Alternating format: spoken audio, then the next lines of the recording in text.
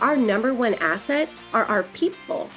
And if we're not taking care of them, if we're not nurturing them, if we're not growing them, if we don't have the mindset as leaders to make them better people, we've lost value in our greatest asset. That should be a huge wake-up call. Like if you're spending more time designing your brand than designing action plans for the people that have entrusted you with guiding them along this path, like you got to rethink that. Welcome to Direct Selling Shift, an exclusive podcast by DSN. I'm your host, Blake Mallon, and this is where direct selling high performers and experts share their most powerful shifts in mindset, skill set, and strategy to help you accelerate your business and amplify your impact. I challenge you to be present, open your mind, and let the shift begin.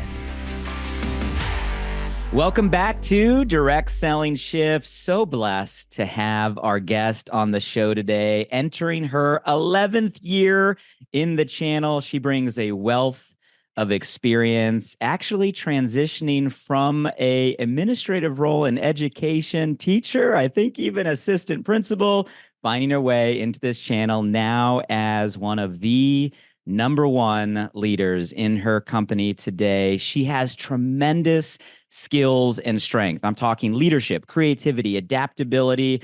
I really am a fan of how she communicates. So articulate, transferring wisdom and energy. You're going to feel that in our conversation today. She's collaborated with world-renowned leadership expert John C. Maxwell. We share a mutual admiration and relationship there, anxious to dive in, creating content for this whole channel, and has built teams in excess of over $400 million in revenue. Like, we're talking massive movements here.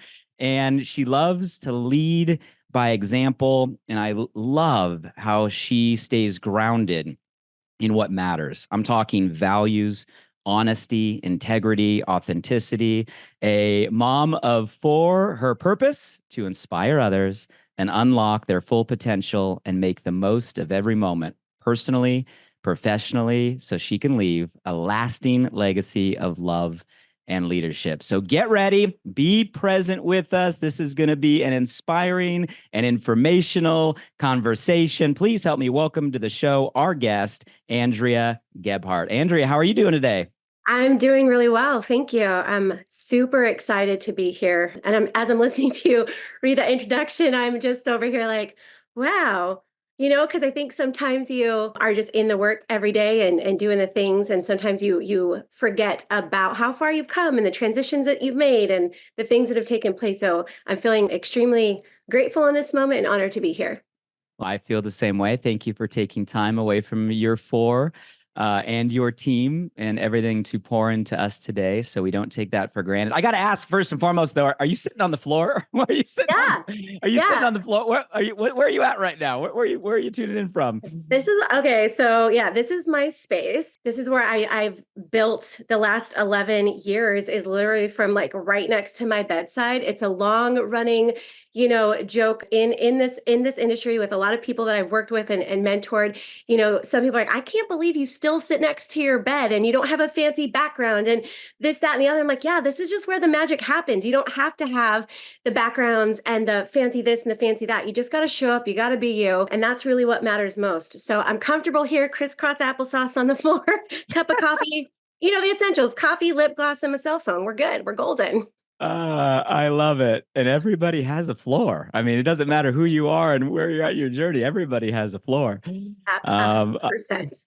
I love it. I appreciate that. And the fact that you just said crisscross applesauce, I think tells all of us a little insight on your background. So did I understand that right? So kind of a career prior to direct selling in education. I think I heard teacher, maybe even assistant principal. Is that where you started?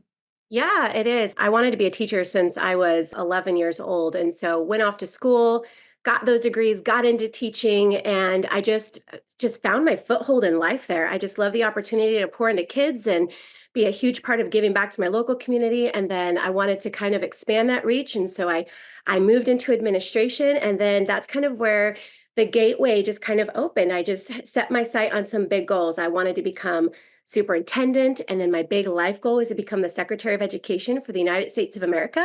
Oh, wow. That's what I wanted. That's what I wanted to do. In fact, during my interview for my principal position, the person who was interviewing me was actually my principal when I was a kid. And he said, "Where do you see yourself in 10 years?" And I said, "In your seat." So like start wrapping up. I'm coming for you.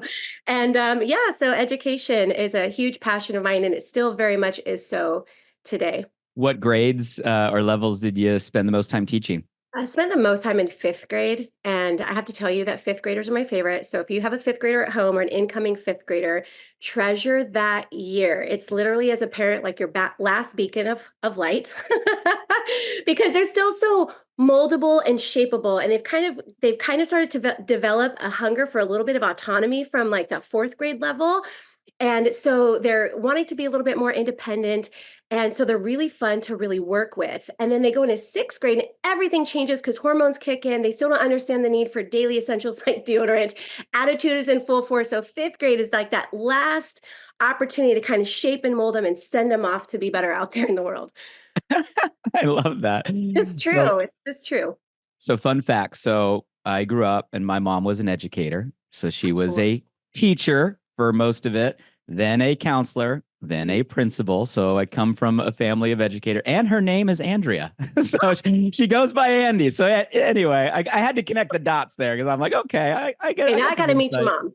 I got to meet your mom. Oh, she is an amazing, amazing lady. I love growing up with a teacher in the household. Now, the principal, hey, that may be transitioned. Once you wear that hat, you never stop wearing it. It comes out when I'm taking my kids to school. It comes out when their friends are over at the house. It comes out all the time. It's an eyebrow and a finger and a stern voice, and picked up. I believe that. So education, right? You had big aspirations. Sounds like you were an achiever kind of from day one and the path you were on. And then you found yourself in this crazy world of being a direct selling entrepreneur. So tell me about that transition. When in your life did that come? How did that transition look? I'd love to know. It's really interesting, and it's a super fun story to tell because a lot of people assume that when you have achieved success in the industry, that you just got lucky, or you just came in at the right time, or you had some type of, following or skill set that was already in place that helped you to become successful. And my story is like the complete opposite of that. And it's so fun to tell because I feel like it just relates to so many people. But I was in a position where I was teaching full time. I was getting my third master's degree. I had two babies. And, I had a friend reach out about a way to make extra money. And here I was with a baby. Diapers are expensive. Daycare is expensive. And I said, you know what? I know these types of businesses work. I remember my mom selling things here and there while I was growing up so we could have extra money for the different activities that we were involved in. So I got started, but I was like the worst person to get started in that first little go. I didn't jump on any calls. I didn't go to any meetings. I just wanted my website. I just wanted my products, and I just want to be able to tell my friends about them. I was very naive, very uncoachable, and just thought literally like if I had a business and told people about it, it would just grow. And I think a lot of people still think that that's how business works, but you have to understand, I was teaching, and you don't understand marketing or promoting or how to position business or products or any of those things. So that lasted all about 6 months. And I was like, yeah, I don't really think this is for me. Back to the focus on teaching, decided to have another baby and grow our family. And then I was in a position financially where I was like, oh my gosh, now 3 kids, income hasn't increased, expenses have, need to figure out a way to make some extra money, and got started in a different business. And I literally spent 2 years in that business going to all the things. This time I decided to be coachable. I was on all the calls, went to all the trainings, did all the things, and just had a really hard time helping people see and understand the value of that business and the value of what was being offered. And I would sit at those events, and I would sit in the front row. Like I was a front row kid. I was going to be up there. I was going to absorb. Like if somebody can sweat on me and some seed could develop, like something could like be nurtured and grow, I'm here for it. Cause I could see myself leading from the front. I could see myself in so many of those people's stories.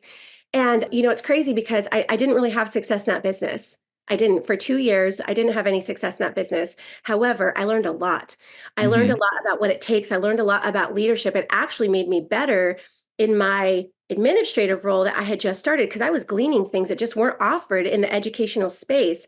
And so I tucked that one away and I was like, yeah, I'm just going to chase that whole like superintendent, Secretary of State thing. I just don't think direct selling is for me. Like, I feel like I could be good at it. I slung Girl Scout cookies like a champion my whole life. Like, why am I struggling here? My feet really hit the fire in 2013 when my student loans started coming due. Mm-hmm. So, put myself through college, 3 master's degrees. It's not free, nor is it cheap. And those student loans started coming knocking, and I was upside down drowning, and I felt this, and I think it happens to all of us. I think at some point we hit these little moments in our lives where we start to really kind of question our journey or question our path, or we ask ourselves things like, how did I end up here? And how is this happening? Because you feel like you've made the right decisions. And I just had this, I remember I was sitting at home and I just finished, nursing my daughter, getting her ready to go to bed. And I was rocking in the chair with her. And I remember thinking like, how is this my life? I did everything I was supposed to do. I went to college, Mm-hmm. graduated. I got a really great job. I extended my degrees. And here I am in this place where I can't afford the basic necessities because I'm drowning in student loan debt. I have a really great job, but I'm capped. Like I'm all the way over and all the way down on the pay scale. And the next increase isn't coming until I become superintendent, for example. And how am I going to make this work? And I suddenly felt, I think there's this thing that happens when this churning begins. You either fall into that failure mode where you feel like a failure, or you turn toward the like fire mode where you have to do something and you have to figure it out. And that's when I was like, I've got to figure it out. I've got to find something. And I literally went to bed that night, looked at the ceiling, and I was like, whatever you have, I'll take it. Whatever is there for me, I'm going to be open to all of it. And I kid you not, like days later, here comes an inbox message. I think you really should take a look at this. And I was like, no, not this. This isn't what I was talking about. I've tried this. Like, I don't want to walk through that door again. But I did. And this time, taking like learning how to be coachable and then Mm-hmm. learning how to apply some of that leadership stuff. I got started with a business, and within 4 months, while working full time, I hit the top position in Oh, that company. wow. That's fast. Yeah, within 11 months, I made it. I was able to, pay off all my student loan debt. And shortly later, a few weeks after that, I resigned from my career in education at the age of 30. Everybody thought I was having a midlife crisis, and I had to remind everybody that 30 is not midlife. Mm-hmm. Calm down, mom. Um, and I walked away and pursued entrepreneurship full time because at the end of the day, again, we come to these decision points. And I loved what I did. I was very passionate about my students, my school, my community. But I was spending 12 hours a day nurturing, growing, and loving other people's kids. And I was coming home and barely had enough to give to my own. Mm-hmm. At the end of the day, our headstones don't say anything about really amazing principal, super phenomenal teacher. It is loving mother, brother, sister, father. And if you don't have the ability to show up in those ways for those people, then what is life really all about? So it's Mm-hmm. kind of how it started. I mean, you're speaking my language. The words you're using, I'm resonating with. But I think even your story and your journey, everybody listening can feel in their own way. And it's interesting that the whole like, when the student is ready, the teacher will appear. Like that's real. Like when you Yes. decide to start looking, it's crazy how things come into your inbox, like an invitation and doors start to open. It's just the way the world works. I'm fascinated between education and entrepreneurship, and I want to go there. But you mentioned Girl Scout cookies. What's your favorite Girl Scout cookie? Oh my gosh, favorite would probably like hands down like Thin Mint. It's like a crunch staple. Advance. I have a box What's in the my freezer. what's right now? It's like it's Girl Scout cookie season right now. I got boxes down there. Like everywhere I go, I got people, and I can never say no. I'm walking outside of basketball practice, buying Girl Scout cookies. We were on the ski slopes with my family this last weekend, and this girl was smart. She was going around the lodge, right, slinging Girl Scout cookies. Yes. What's the name of the peanut butter ones? The chocolate peanut butter, like the tagalongs, and the peanut butter oatmeal. Tagalongs. Yes. I'm a tag along fan. But anyway, That's that nice. wasn't my question, but you said it and it made me want Girl Scout cookies. So the education system, Mhm. you went through it Yeah. to an extreme, right? You talked about master's degrees, student loans, like you followed that path. Yeah. And you have the perspective of you then were a teacher, right? And then, assistant principal and administrative, and had aspirations actually going to the top of that path. How long was the education journey for you, as an educator before shifting to entrepreneurship? How many years ish? I would say I was an employed educator for 10 Mm, years. Because okay. when I was in college, I had some opportunities to participate in some programs where I got to teach. It just was volunteer. Yes. So let's just go with that because it's just so interesting. You got 10-ish years, right, on kind of like the education side. And now you're in your 11th year, great number, right, on let's call it the entrepreneurial side.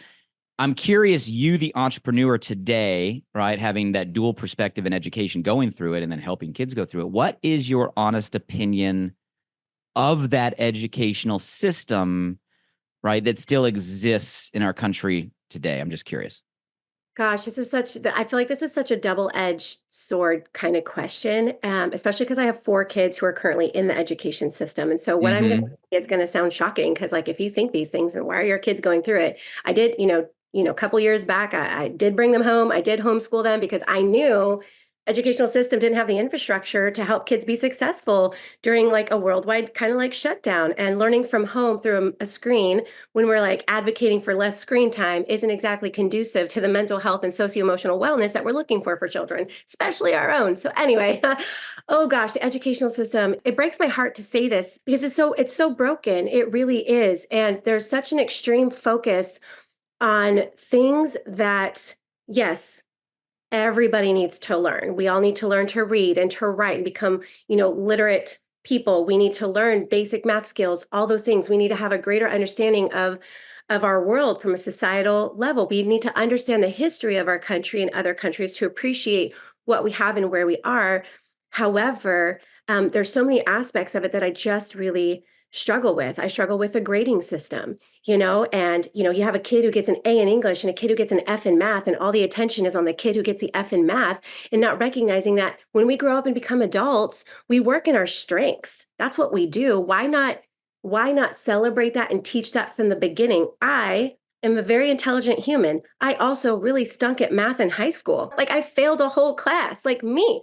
And so, like when my son failed his math class this last semester and he's like, Mom, I'm like, listen, bro. That's what I told him. I was like, you're never even going to use that stuff in real life anyway. Don't sweat. Don't hang your hat up on it. You're a phenomenal thinker. You're such a great kid. These grades are only here, and we all know this, like grades are only here so that kids can take state tests, so that schools can get money, so that schools can fund programs. It's a very toxic, if you will, cycle that perpetuates things that are not necessarily healthy to the real development of children. And at the end of the day, we want to graduate kiddos who are confident, who are compassionate, who are caring, who are independent, creative, critical thinkers.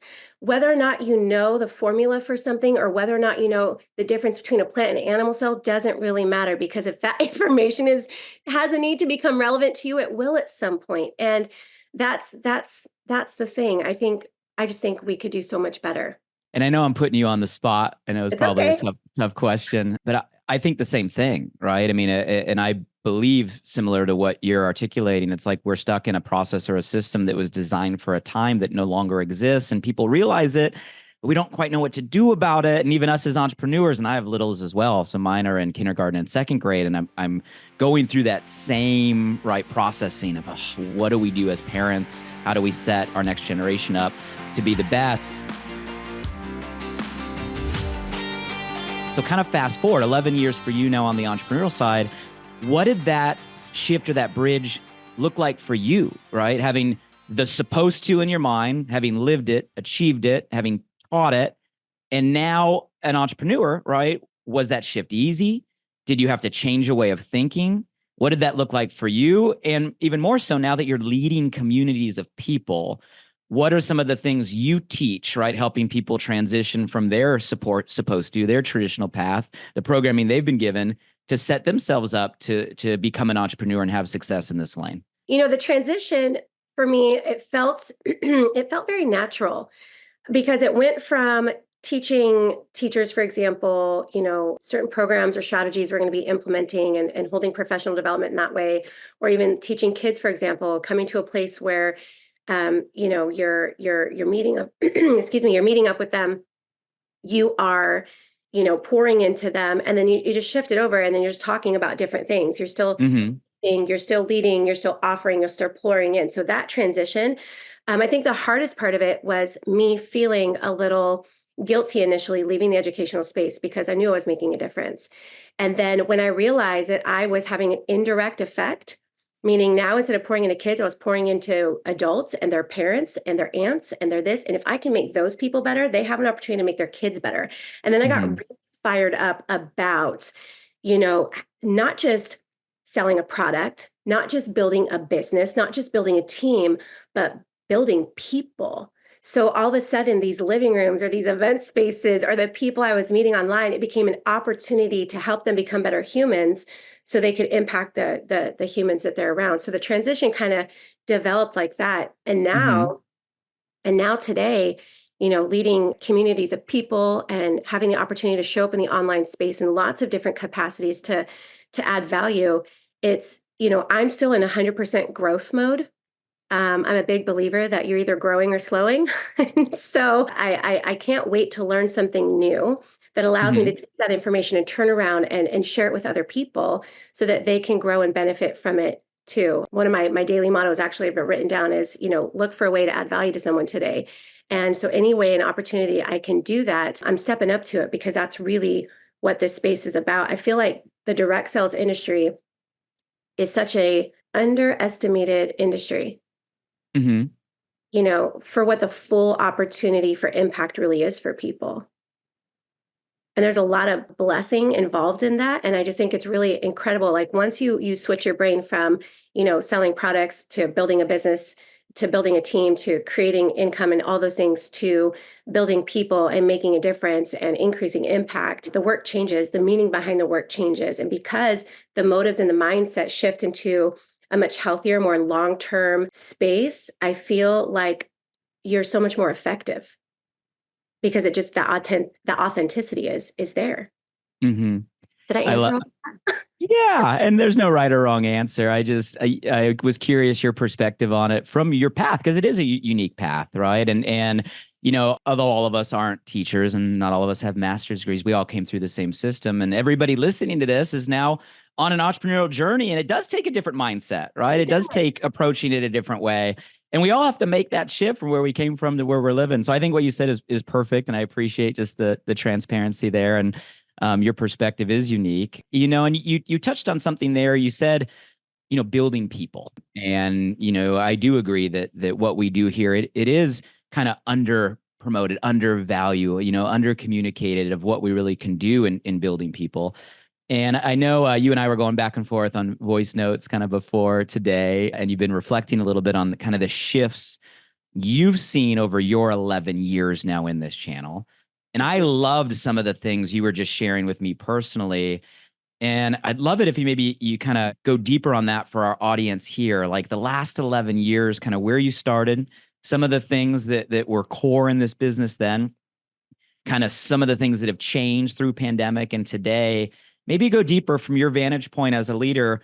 What are you seeing? What do those shifts look like? What is different today? Yeah, well, I think I would be silly if I didn't recognize or even acknowledge here with everybody today that we all know that there's this interesting kind of energy in our industry. And I feel like lots of people are trying to put their finger on it. They're trying to figure out what has changed, what is different, why are we seeing so many people show up differently in our businesses? Why are we seeing so many people struggle in different ways? What is the difference? And as we're trying to put our fingers on it, we're like looking, is it political? Is it the economy? Is it this? Is it that? And we can't quite figure it out because I think that we haven't really brought where we are and where we came from in this industry kind of together to realize, oh, here's the gap. And in Mm-hmm. reflecting on that, I think I believe I might have figured it out. It kind of feels like that aha little bit of a moment. And what I love about figuring something out is it creates, a pathway. It creates awareness, which enables action to kind of kick in, because this is something we can absolutely remedy. And we have the best people in the positions to do it. And that's exciting because I'm a solution oriented gal. So I love that kind of came out of it. But, let's take a look at 10, 11 years ago and beyond that, this industry was built in a belly to belly way. There were in-home meetings, there were hotel conferences, everything was in person. And that in-person touch creates a different type of connection and community and creates a different type of culture. And, and in those events and in those times, so I'll take you through the span and then you, Mhm. and then you Is that where you started as well? Like, did you Yes. start in kind of like belly to belly party playing in the living Oh, rooms? yeah. I mean, that was your first few years. I've been in more living rooms than the people who do home remodels on HGTV. Let's talk about it. So, absolutely. So, yeah, totally started out that way. And I learned that way and learned the value of doing that way and the richness of doing that way. And as much work as it was, and as much of a time investment as it was, man, I would never trade in meeting people's husbands, meeting their children, petting their dogs, having dinner at their table, getting to be immersed in their life, because the type of connection that takes place in those moments is unforgettable. And you develop real relationships that are meaningful and rich and carry on for a really long time. You have an opportunity to make big impact that way. So it And was where did one. that change? Like in your mind, where did that change? What years? Why? I think that really started to shift. We saw a turn in that when 2013, 2014, when leveraging social media for your business became like a thing. People are Hmm. posting their businesses or posting their products or really learning how to network in inboxes and Facebook groups and things of that nature. So we saw a little bit of a shift from in-person to inbox. People, inbox Hmm. networking, all that kind of stuff, the interweb, as I hear people call it, makes me giggle. So I saw a little bit of a shift there. And that kind of created a little bit of a disconnect, right? Because now we don't have to necessarily go to an in-person thing, or we don't have to do all this to meet people. We can meet people online. And that started to fuel that. And then we move, we run into the pandemic, and that was like a pew in terms of change, because Hmm. now we can't.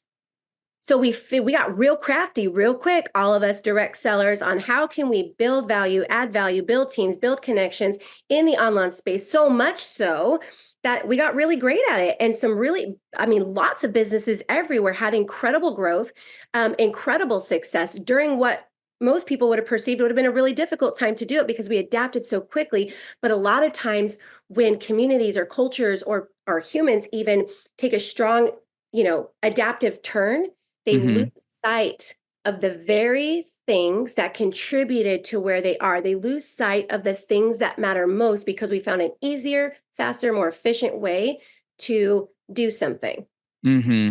Why you see so many women right now on social media making bread from scratch. Like, it is literally a thing, because we now, we had a big of adaptive term as humans, and we just buy bread. Nobody knows how to make bread, but now everybody's wanting to learn how to get back to some of those basic core principles of survival and living, because they should. And we've got to come back to some of those basic core principles of, direct selling, because we should, because they're important, because they matter. And that's what sets our industry apart from everything else that is out there. I love the words you used on how when we were prior, right, pre kind of this social boom and the pandemic really forcing us all to go that direction. You're Mhm. talking about building people, right? I think you and I were trading, like it was really about service. Yes. And then through this digital kind of explosion, part of that shift, and I'm using your language, right? You're like, it became about self. What is that? What did you mean by that? Go deeper there, because I've never heard it framed that way. And I think that's super powerful. Yeah. And I think that was that moment for me when, when you look at this space pre all of that.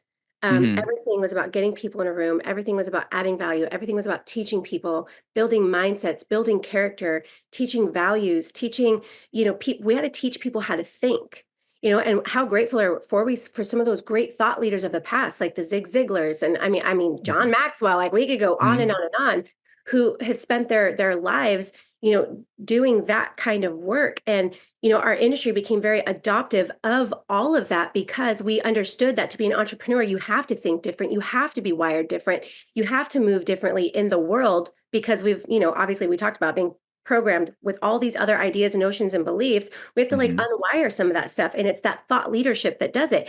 And so in our space, that thought leadership became very powerful because it was a way to kind of like shift thinking. When you can shift people's thinking, you can shift their beliefs and their actions and their outcomes. And that's what this industry became about. And it was very service based. The audio tapes, the books, all the things. It was very service based. And then that social boom, as you call it, kind of came into play.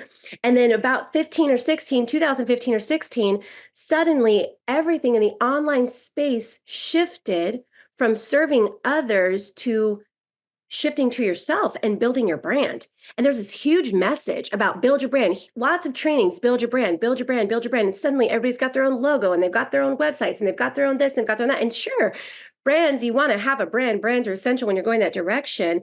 But again, we made that turn when we adapted and we lost sight of what really matters. We lost sight of what makes us different. We lost sight of what true leadership and influence is about, and it's service to others. And when we did that, and people started serving themselves over serving other people, when people shifted their focus from building their people, building their teams, to building their brands, like, so like, I know we have camera and I'm so grateful for it because nobody who's just listening will understand this, but if you interlock your fingers really tight, you kind of have like a tight This is for those of you on YouTube right now. Everybody watch on YouTube. You got to watch the video. Go jump on YouTube and you have to see this, but we have this really tight weave of support and culture and community. And the less focused we become on service, the weaker that becomes, and the weaker that becomes over time. And then people are so focused on brand and not building other people. And we develop these cracks, and then people come in and they're not being poured into. Their thinking isn't shifting because nobody's having those conversations because they're not focused on building the human side of that person. And that's when we lose people. That's when they fall through the cracks. And so here we are, fast forward to today, and we're like boggled, like, why do people lack the mindset? Why are people lacking the grit and the resilience? What happened? Like, why do people get tripped up on the littlest thing and then they bounce and they're out, or they've got shiny object syndrome, and the first time they see something that gives them a little bit of butterfly, or this, social media flipping through videos dopamine hit that we're so used to getting now that they just like flee. Why is this happening?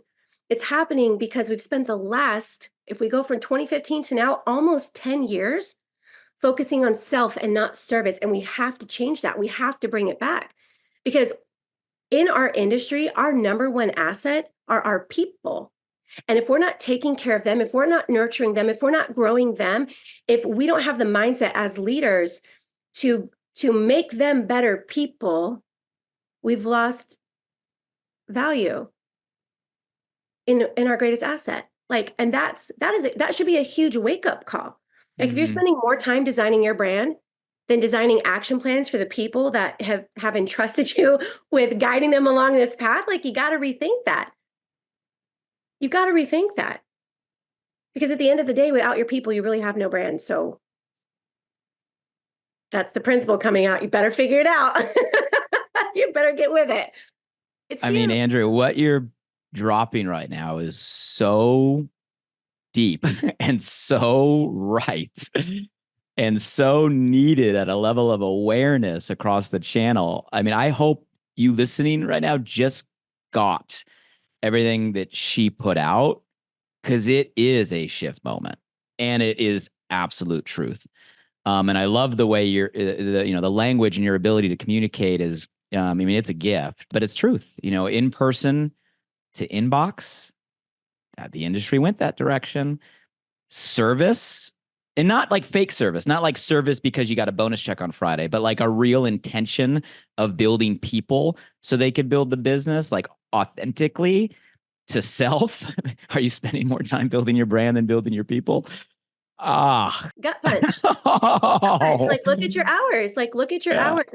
Honestly, it's a real conversation that needs to take place, and it's not being talked about. And I think that, when that thought kind of came of that shift and how that took place from service to self, we got to bring it back to service. We have to. That's so incredibly important.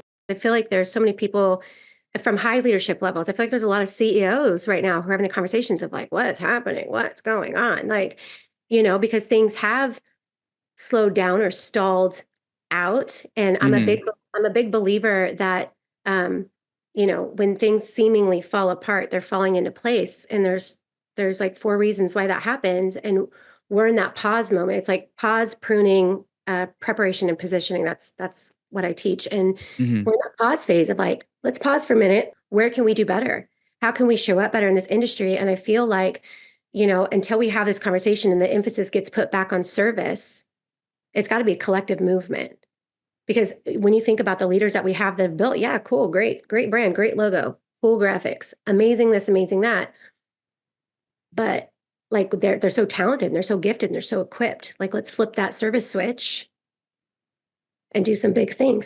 Yeah. And I think all of us, one of the challenges is it worked, right? So like, I mean, it worked. I'm speaking globally across the channel, the shift to social, right? Oh, I don't have to be in the living room as much. I can be in the inbox more.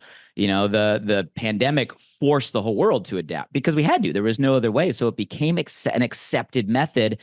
And the transactional side worked. People got customers, people grew volume, people hit ranks. Everybody knew they had to work virtual. Our industry experienced this artificial promotional pop because of the world dynamic. Do you think people in all of that, like, you think people just got lazy? You think people got bought into maybe there is a better, faster way? Like, how much in your mind did the results that were generated in that period create maybe what we're now feeling is not a full realistic expectation?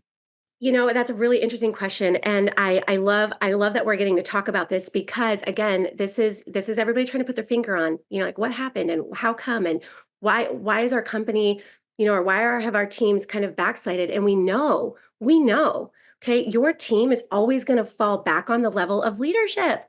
Your team is always going to fall back on the level of development. And if everybody rode the wave of quick clicks and easy customers and all that type of stuff and failed to add value to their teams because they were so excited to celebrate the growth and the success without strengthening the foundation of what they were developing, here's where we are. Everybody is falling back to their original mindset. Everybody's falling back to their original work ethic level. Everybody's falling back to their original level of leadership. And that right there, take a look at that instead of being like, oh my gosh, the economy this, or, maybe our company doesn't have that anymore, or maybe our team's just, instead of thinking it's a problem with what you're doing and where you are, realize it's a problem with what you didn't do and what you lost sight of and what you didn't continue to pour in during all of that. So you can do two things about it. You can sit here and continue to like complain or be hypercritical of all the external factors, or you can turn inward and realize, hey, you know what? I didn't step up to the leadership plate in the way that I maybe should have. I didn't pour into my team and build those core things in people that they really need to be successful in this industry, like mindset and confidence, belief and resilience and grit. And I'm going to do something about it. And I'm going Mm-hmm. to dig in and I'm going to dive deep because I want my people to be prepared for that next wave of growth. And I don't just want them prepared for it, I want them positioned for it so that when it happens, they're in a better position in their hearts and in their minds to lead that next generation of business that's going to come from that gigantic wave.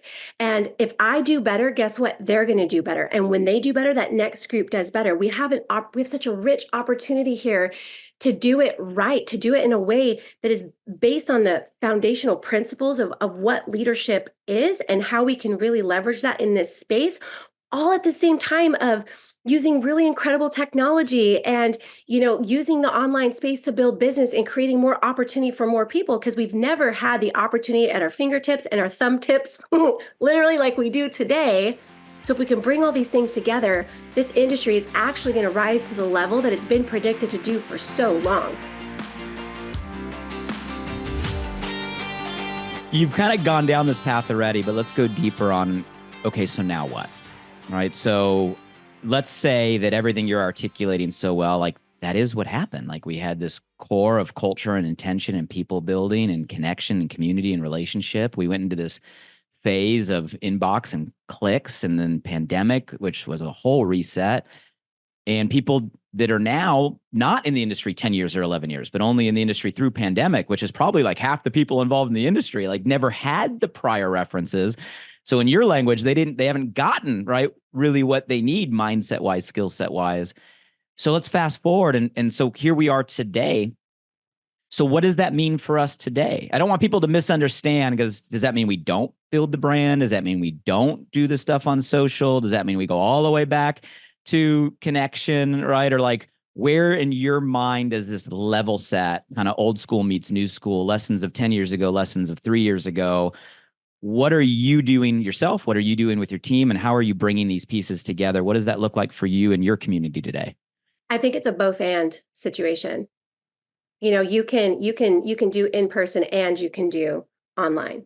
You can do building your brand and building your team, because I think that some of the most incredible leaders today are in motion with that. And Mm-hmm. I think that this is where we have to find that balance, because all those things are important. We don't want to raise a generation of entrepreneurs who don't understand the value of in-person connection. We don't want to raise the next generation of entrepreneurs who don't understand, the value and the gift of personal growth and development. Because I will say this to the end of my days, that what you achieve in this industry is really cool. Who you become as a result of being a part of this space is life-changing. That's the real impact. That's the real legacy. And, people are not ours to keep. I saw a really incredible moving reel on this a couple weeks ago, and it just talked about how people aren't ours to keep. Our children are not ours to keep. Our teams are not ours to keep. But while we have them, let's do a dang good job of making them the best people that they can be. I'm so honored when I have somebody who decides that my business is not a business for them, and they move on to something else, and I get a phone call or a text or a message from that leader in a different company that's like, oh my gosh, this person's got great this. They said you were their leader. Wow, what are you doing? How are you making it? Like, I'm impressed, and I want that. It's when I get messages from high school teachers who are like, hey, I heard this kiddo is yours. Great job, teach. Like, the mindset on this one's incredible. And so I think we have a huge responsibility there. I think we can do both. And I absolutely think that we can. And I think we have to give equal level and attention to that. So my advice for all those people who are newer in this space, maybe you've been doing this just pre-pandemic, you just came aboard, or you just got started in our industry, welcome and hang on. In the last few months, is to really take charge of your growth and your learning as much as we want and we hope and we expect the people around us to step into that mentorship role and provide all of that. We have to also take some form of accountability and be in charge of that for ourselves. And with the world that we live in, the access to the information that we have everywhere, podcasts, YouTube, all over the internet, all over the place. There's no reason why you can't take charge of your own learning and your own growth. And that's my advice. If you're really gifted in something, study that even more and become even more of an expert. If you're wanting to learn or figure something out, learn and figure it out, but get your growth game on right now, because that is something you can control. That is something that you can be in charge of. And that's something that's going to remain consistent, even when the waves of our industry, the economy, politics, whatever it is, are kind of up and down. As long as you remain consistent in that growth and the development, you're going to be okay, because you're going to constantly be like evolving the way you think and the way that you show up. And because you're getting better, everything that was once hard becomes a whole lot easier. And people say, how come you can go through this or this happens and how do you handle it so well? I'm resilient because I've been through the things. I'm resilient because I've continued to show up. I've already walked through the hard stuff, which means we're equipped, right? And I know that everybody who's listening has already walked through really hard stuff in life. So you're equipped. You know how to get through it. Now we got to make sure we're growing through it all along the way. That's what we got to do. It's what we got to focus on. Such good advice. And I love that you took the time to speak to all of those that are new to the channel, whether it's a few months or even the few years. I mean, the reality is we're talking to everybody that's joined this industry since 2020 is kind of in this same generation. And that's a lot of y'all out there. What about leadership, Andrea? So, I mean, I know you're a fan. You worked with John and I'm sure Mark. I go way back with them as well. I worked closely with John Maxwell for like 3 years. I think he's the best in the world when it comes to leadership. And I know you worked very closely with him on some projects. Side note before I ask the question, what's your favorite Maxwell book and or law? Just curious. Oh my gosh, that's such a tough question.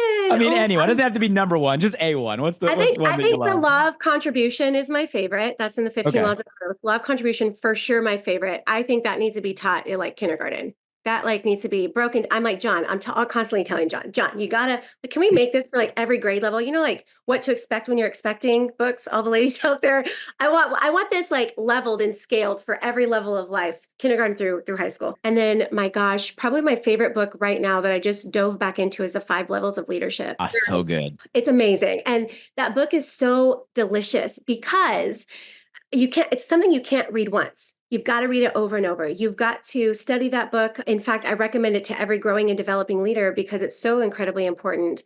And I love that it teaches not just what each level is, but the ways in which you need to think and show up and change to be able to advance to those next levels. And none of us want to say, oh, you went and got the book off the shelf. I see I what did. For everybody on YouTube, I was like, I keep it right to my right as a giant bookshelf. I have books in the center shelf in the middle stack that had like the biggest impact on my life.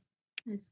Right. So there you go. It's a good one. So I love that. Was this, and it's relevant to what we're talking about right now. Is this what you would recommend to everybody in this stage based on this conversation? Would this be the starting point if they need a Maxwell book? Hands down, hands down, hands down. And let me tell you why.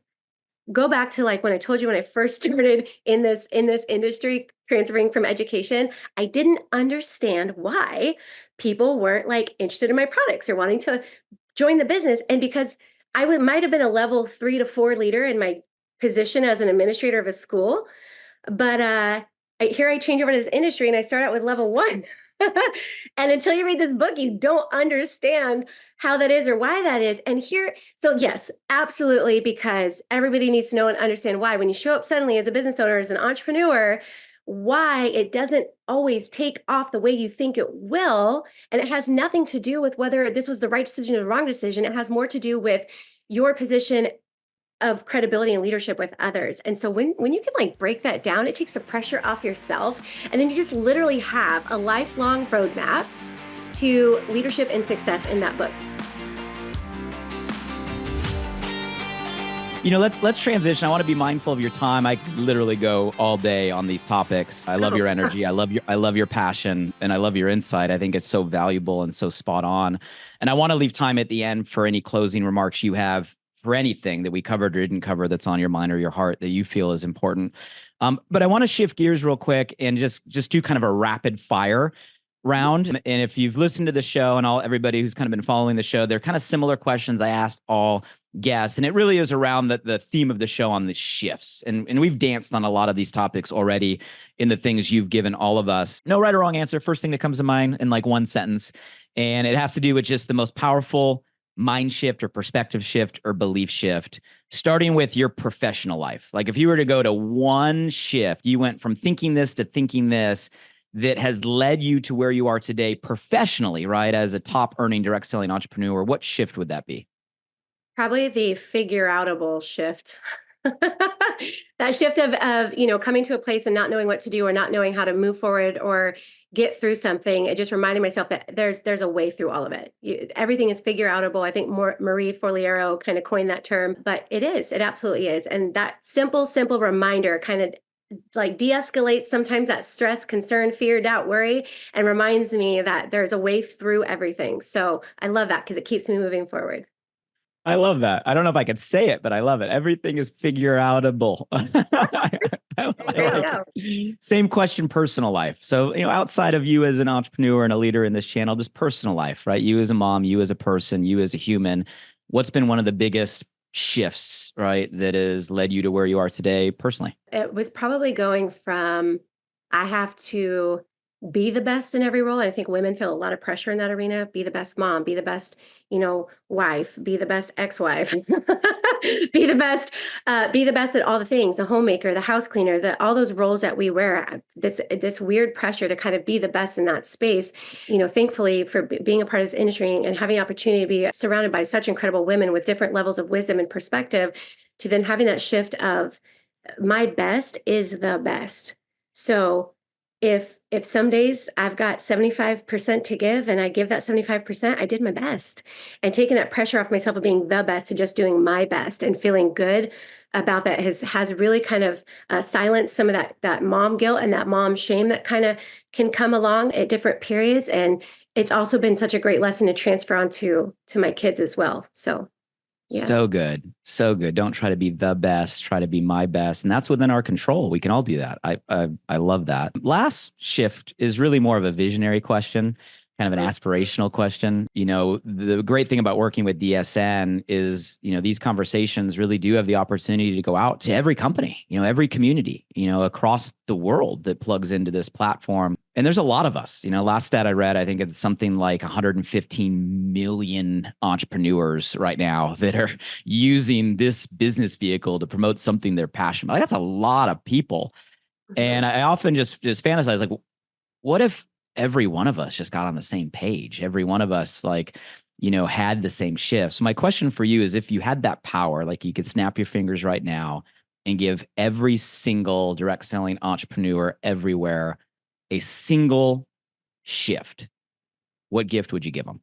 I think the one thing that will ring true forever and bring people together is we're stronger, we're better together. Number one, I want to see more collaboration and less competition in this space. I Mm-hmm. think that we could be so much more powerful if we really celebrated one another in all the different ways, and we weren't comparing apples to apples and apples to oranges. And of course we want to, like, I mean, I understand the nature of the beast of what we do, but think about how much more powerful, how much more inviting, how much more conducive this entire space would be if we focus on collaboration and celebration over competition. Number one. Number two, I guess I'll just stick with the C words and just run right into consistency. Like, just work to become a little bit more consistent in how you show up and who you show up as in the way that you do things, and you're never going to have to worry about anything. It is literally the glue that keeps this thing together, and it's literally the momentum that's going to take you all the way through and help you accomplish those dreams and those goals that you have for yourself and for your family. And I just want to remind everybody here